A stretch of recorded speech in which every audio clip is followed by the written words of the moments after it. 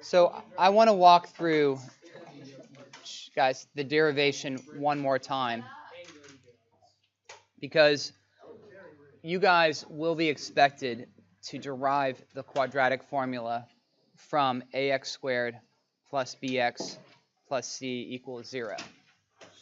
You need to know where that derivation comes from. So I'm going to do it, but I'm going to try to do it a little bit fewer steps than we did before. Like my first step is going to be to divide both sides by a and move the c over a to the other side. So I get this, x squared plus b over a times x equals negative c over a. And in the next step, I'm going to add half of b over a squared. Half of b over a is b over 2a, and b over 2a squared is b squared over 4a squared. I'm going to add it to the right side, b squared over 4a squared minus c over a. Then I'm going to factor the left side as x plus b over 2a squared equals, we're going to add these up with the least common denominator of 4a squared to get b squared minus 4ac over 4a squared. Take the plus or minus square root of the right side. So I have plus or minus radical b squared minus 4ac over 2a. And then as a last step, we're going to move the b over 2a to the right side, adding all over the same denominator to get negative b plus or minus b squared minus 4ac over 2a. No. Yeah. Or just sing the song. During the test sequence, can you be like, can you just sing the song? Okay. So the work that I'm going to want you to show means I want you to know what your coefficients are. In every case, whether you are completing the square or whether you're using quadratic formula, I want you guys to have integer coefficients wherever possible. You're going to have examples that have fractions and decimals and occasionally radicals. You should be able to clear most, if not all of it. So let me go through 1 and 2 about the work that I want to see. If your goal, if it says to solve, and this is going to be to solve by the quadratic formula. Period 5 was asking what QF meant. No, you guys were, because we haven't done it yet. Period 5, with them I did the quadratic formula lesson first, because it was the day before they took a test. So they've done that before. Then I'm going to derive it and do completing the square second. And they do that tomorrow. You guys catch up on day 1. So, but if we're going to do this with the quadratic formula, I want you guys first to just give me this list of definitions down here. What is A, B, and C? What are your coefficients of each of the different parts? 1, 6, and 2. And it's a direct substitution. You're going to plug into x equals opposite of b plus or minus square root of b squared minus 4ac all over 2a. At this point, I expect you guys to have that memorized. So we get x is equal to opposite of 6 plus or minus the square root of 6 squared minus 4 times 1 times 2 over 2 times 1. I want you to show a single substitution step. I know you can do some of that in your head. That's not what I'm testing. I want you to show a single substitution step. I'm not going to ask you to show the quadratic formula itself on every problem. I don't need to see that. I do need to see this. Also, I would normally encourage you to write the quadratic formula at the top of the page. I don't want you to do that. I want you to pull from your brain every time you need to use it. If you write it at the top of the page, you're just kind of looking back on a formula. But if you have to think about it consciously every time you do it and say it to yourself, you will get better and quicker at using it. This is the substitution step I want to see. I want every little thing plugged in there, even the 1. Now you can go crazy and start simplifying. negative 6 plus or minus root 36 minus 8 over 2.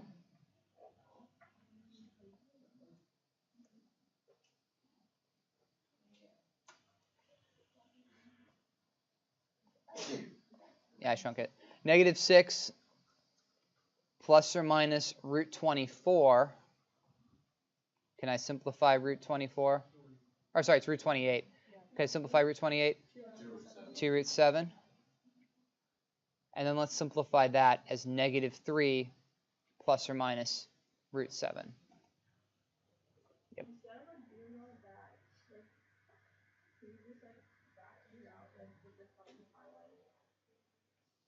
With the part I highlighted, can I do what?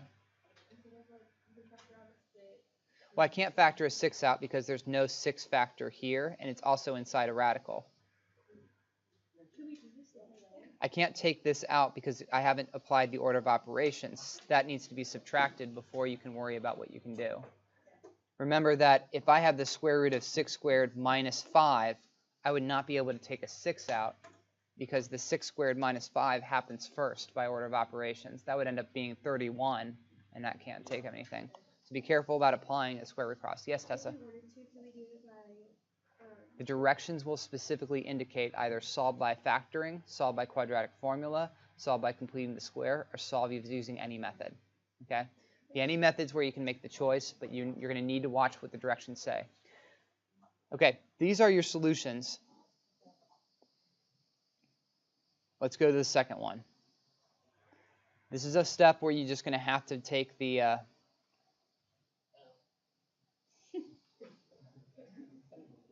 set it equal to 0. You do not want to divide both sides by a 5. So if this was completing the square, you'd want to divide both sides by the 5 as a strategy. Here, we just want to say a equals 5, b equals 12, c equals 8, and x is equal to opposite of 12 plus or minus square root of 12 squared minus 4 times 5 times 8 over 2 times 5. A single substitution step, then you can go nuts and start doing some of this on your own. Negative 12 plus or minus 144 minus 160.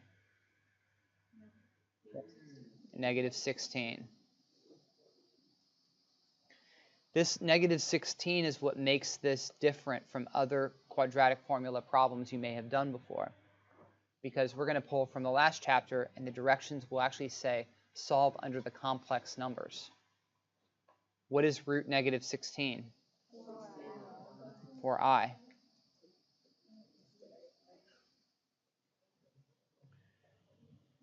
And now, unlike the other one on the left, well, kind of like it, that just happened to divide by the 2, but I actually really want to split this up into negative 6/5 plus or minus 2/5 I. Because that would tell me the 2 places on the complex plane where I would have solutions to this quadratic. Do you have to split it up for a complex number? You should always express complex numbers as a plus bi. Something plus something times I. That's why those complex numbers are split up. Okay, so the use of the plus minus I want to bring up here, because you're going to notice that we have plus or minus occurring. Now, if I had 7 plus or minus 0 over 4, that's just 7/4.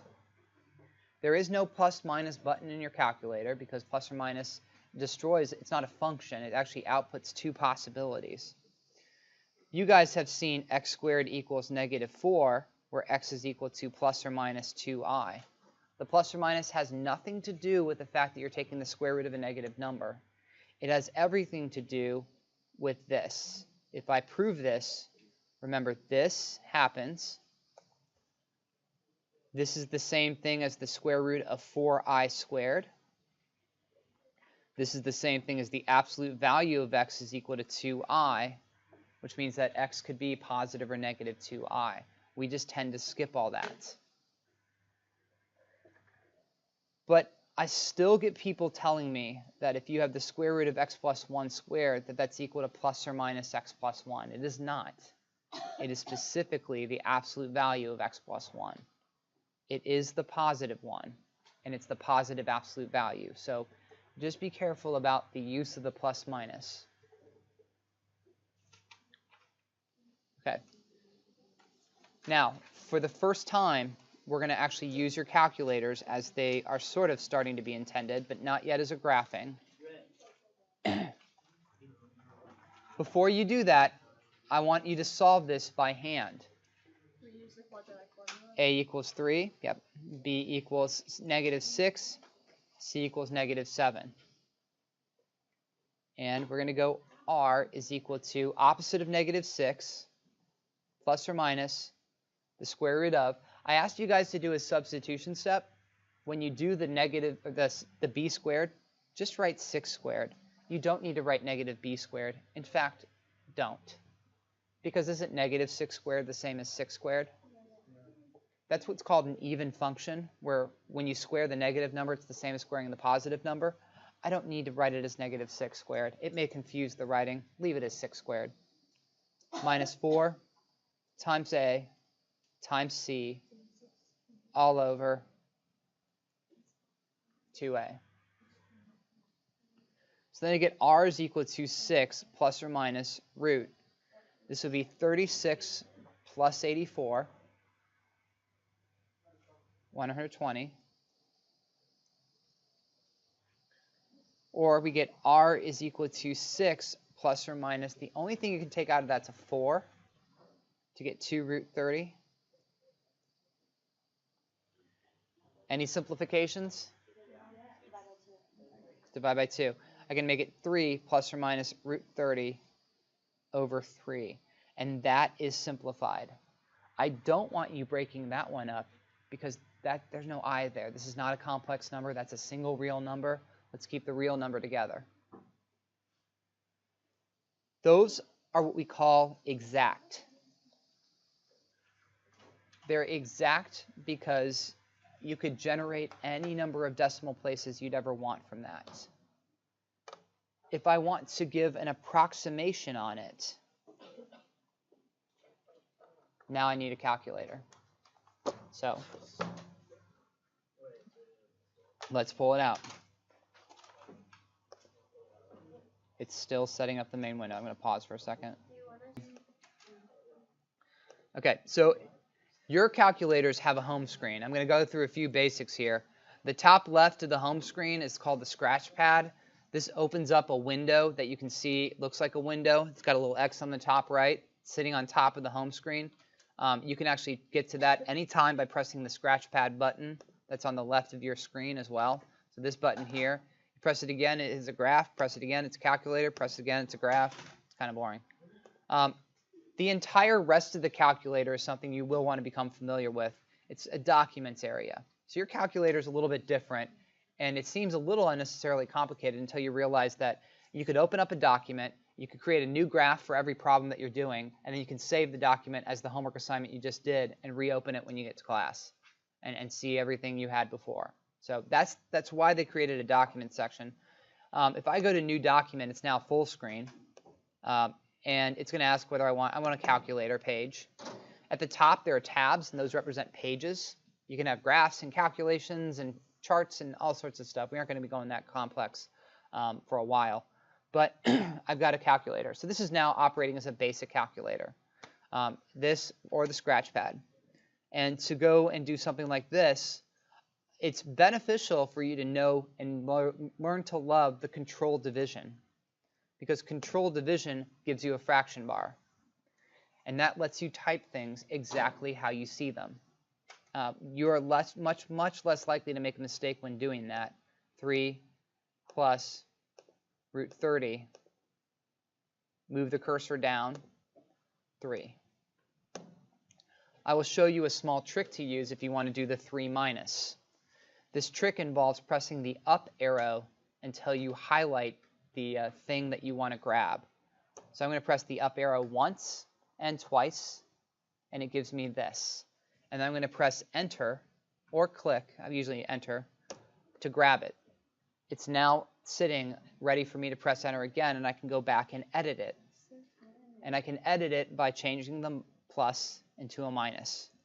If you have never used a graphing calculator before, guys, if you've never used a graphing calculator before, the 84 and the Inspire, both of the TI models, have a distinction between a minus key and a negative key. Be careful about that distinction. This is the minus key. It's the one next to the plus sign. But the negative key is what you use to type in -3 or anything like that. There's a difference between the two. Press enter, and you get this. Okay. So back to this. Let's type in the approximations. 2.83 and -0.83. Yes, Herschel?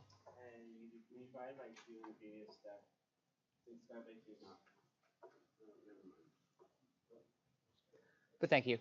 -0.83. Those are my two approximations. Okay, let's do this next one.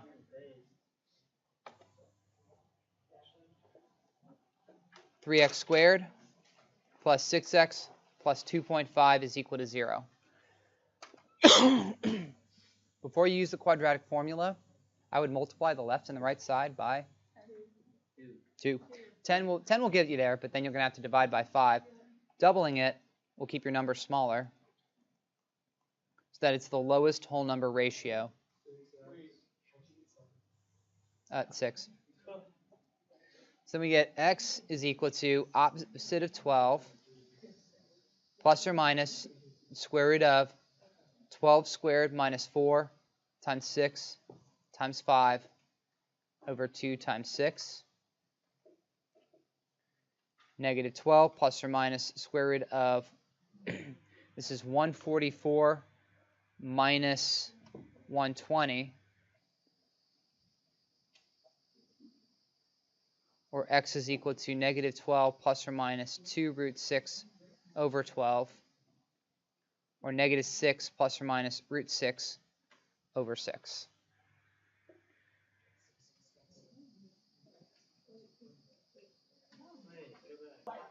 Okay. Back to Ben. Hey Ben. Hello, Ben. Ben, how you been? Shut up, Parker. All right, let's type this in. -6 plus root 6 over 6. Yeah, what's the fraction? Oh, yeah, what's the bad for the fraction? You do the fraction by the last, and then you... That didn't make any sense. Okay, here, let me show this. Watch. No. Just press this thing. Maddie, this is for you. I got it. Nope. Wait, so does this pass you guys email people? No, like, what to say? Jack. Okay, I can't snip it right now. It's right here. You can't see it. Okay. Any case, what's -6 minus root 6 over 6? Tell me.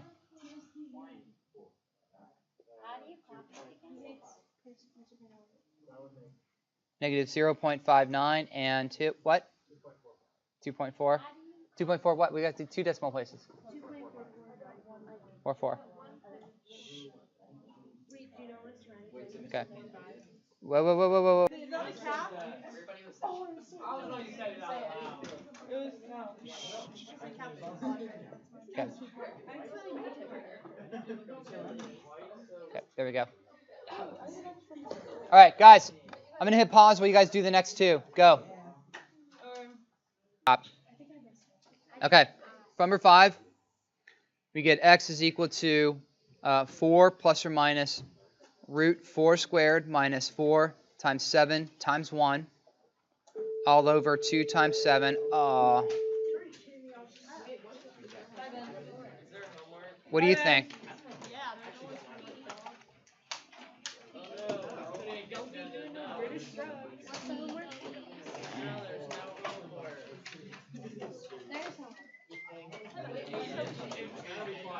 Shut up. And then x squared plus 3x minus 1 equals 0. X is equal to opposite of 3 plus or minus square root of.